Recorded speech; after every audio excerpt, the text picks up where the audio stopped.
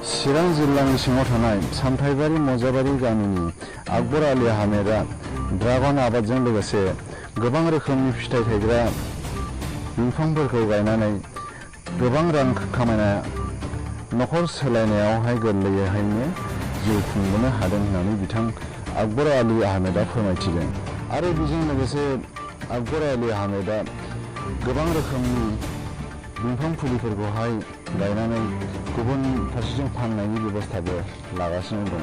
Dragon আছে ইয়াতে ৫-৬ বিঘামান আৰু ড্ৰাগনৰ ভিতৰত আপোনাৰ ৪-৫টা ভেৰাইটি আছে মোৰ ইয়াতে। আৰু ইয়াতে লগতে বগৰী বাগান আছে, আপেল বগৰী, তাৰপিছত কমলা, তাৰপিছত পাইনাপেল, তাৰপিছত লেবু, এইবিলাক চব মানে হৰ্টিকালচাৰৰ ওপৰত আমি কাম কৰি আছোঁ আৰু কি ৪ বছৰ ৰানিং। হয় দাদা, ড্ৰাগনৰ বাহিৰেও আমাৰ খেতি বাতিৰ বাহিৰেও মোৰ নাৰ্চাৰী এখন আছে। এই নাৰ্চাৰীত মানে বাহিৰৰ যিমানখিনি ফল মূলৰ গছ এইবিলাক মই মোৰ ফালৰ পৰা যিমানখিনি ড্ৰাগনৰ পুলি ইয়াতে মই বনাওঁ, আৰু বাহিৰৰ পৰা যিমানখিনি গছ মানে হাই ভেলু ক্ৰপছ এইবিলাক মই বাহিৰৰ পৰা আনি বিক্ৰী কৰোঁ। মই নিজেও লগাইছোঁ, মানে যিকোনো মানে পুলি ইয়াতে পোৱা যায় আৰু কি মই বিক্ৰী কৰোঁ আৰু কি।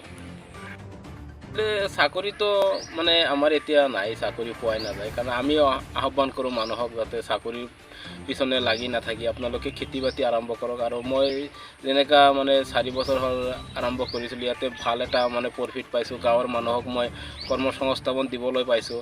মই এতিয়াও 12জন মানুহ মোৰ কৰ্মসংস্থাপন দি আছোঁ, মই এতিয়া কাম কৰি আছোঁ মোৰ ইয়াতে। আৰু মোৰ আশা আছে মানে ড্ৰাগনৰ বাগান হওক, যিকোনো মানে হৰ্টিকালচাৰ ছেক্টৰত হওক, মানে ফল মূলৰ হওক, মই এতিয়া মানে মোৰ 12জন কৰ্মসংস্থাপন দিব পাৰিছোঁ। এতিয়া লাহে লাহে যাতে মই আৰু 2-3 গুণ কৰিব পাৰোঁ, এনেকুৱা মোৰ আশা ভৱিষ্যতত। আৰু মোৰ ফাৰ্মখন আৰু বহুত ডাঙৰ কৰাৰ ইচ্ছা আৰু কি, এনেকুৱা হৈছে পাই আছোঁ। পাইকাৰী 300 টকা পাই আছোঁ, আৰু যোৱা বছৰ 400, তাৰ আগৰ বছৰ বহুত দাম আছিল। লাহে লাহে কমি আছে ড্ৰাগনৰ, মানে বহুতে কৰি আছে। আৰু যিমানে কমক, মোটামুটি আমি যদি 100 টকা কিলো বিক্ৰী কৰোঁ, ড্ৰাগনৰ লগত বেলেগ আৰু কোনো মানে খেতিত মানে ইমান পজিবল নহয়, প্ৰফিট নাই বেলেগ খেতিত। ড্ৰাগনতে বহুত প্ৰফিট আছে। আমি 100 টকা কিলো বিক্ৰী কৰিলেও আমাৰ ইয়াতে লছ নাই। আৰু আমাৰ বেছিভাগ গুৱাহাটী, তাৰপিছত আপোনাৰ কোকৰাঝাৰ, বঙাইগাঁও ওচৰৰ বেপাৰীবিলাকে লৈ যায়, আৰু ওচৰৰ বেপাৰীবিলাকে লৈ বাহিৰত বিক্ৰী কৰি আছে। এই খেতিৰ মাজতে বেলেগ বেপাৰীগিলাও বাচি আছে, এনেকুৱা যেন লাগি আছে মোৰ। মানে সিহঁতৰ এটা প্ৰফিটৰ অংশটো সিহঁতো পাই আছে।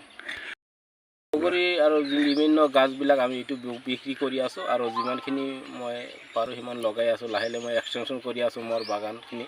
আৰু এইবিলাক বগৰী মানে যিকোনো বস্তু, বগৰী হওক, ড্ৰাগন হওক, এইবিলাক ভেৰাইটি লৈ আপোনাৰ য়েলো ড্ৰাগনটো এতিয়া মোটামুটি ৰেটটো বহুত বেছি, মানে ৰিয়াৰ ভেৰাইটি এইটো। এতিয়া বৰ্তমান আহিছে অসমত, আগতো য়েলো নাছিল।